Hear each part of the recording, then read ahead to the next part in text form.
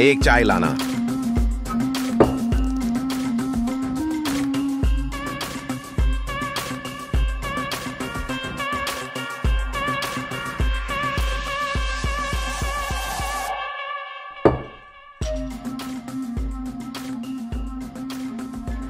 एक चाय का पैसा लेना। साहब 500 का छुट्टा नहीं है मेरे पास। ऑनलाइन होगा ना आपके पास?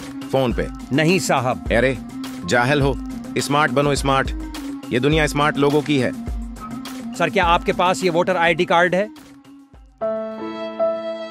साहब महंगा चश्मा और अच्छे कपड़े पहनने से कोई आदमी स्मार्ट नहीं बन जाता। जिम्मेदार और जागरूक आदमी ही स्मार्ट होता है साहब। ये देख लो भाई वोटर आईडी, एक चाय ली है।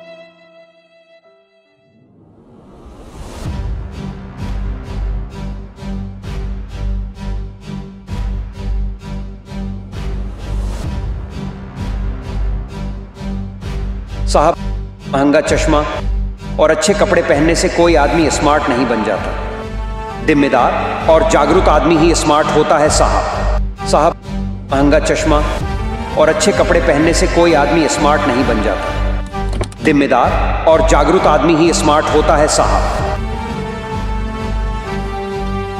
सर क्या आपके पास ये वोटर आईडी कार्ड है?